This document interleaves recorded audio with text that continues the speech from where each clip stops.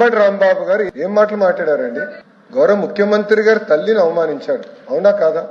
నేను స్ట్రైట్ గా మాట్లాడుతున్నా. వాళ్ళని వదిలిపెడతామా? అధ్యక్ష, మా సొంత కార్యకర్త భారతిరెడ్డి గారి గురించి మాట్లాడితే ఇమ్మీడియట్ గా మేము యాక్షన్ తీసుకున్నాం.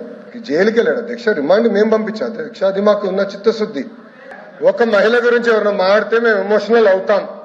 మీరెక్కడ అవ్వట్లేదు. మేము ఒక్క నిమిషం మాజీ ముఖ్యమంత్రి గారు ఏం చెప్పారు? అక్కడికి వెళ్ళి 2 చిన్న మాటలు చెప్పారన్నారు.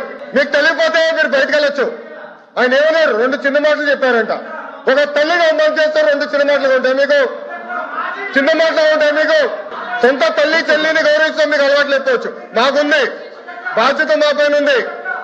ఒక్క మహిళ జోలికి ఎవరు వెళ్తే వదిలిపెట్టాం మేము. అది మాకున్న సంస్కృతి. అంతేగాని మీరు సమర్థించి ఎవరో క్షమాపణ అడిగారని బాస్, ఒక తల్లి జోలికి వెళ్తే ఎవరిని వదిలిపెట్టాం. Take it from us. ఎవరిని వదిలిపెట్టే ప్రసక్తే ఉండదు మా దగ్గర.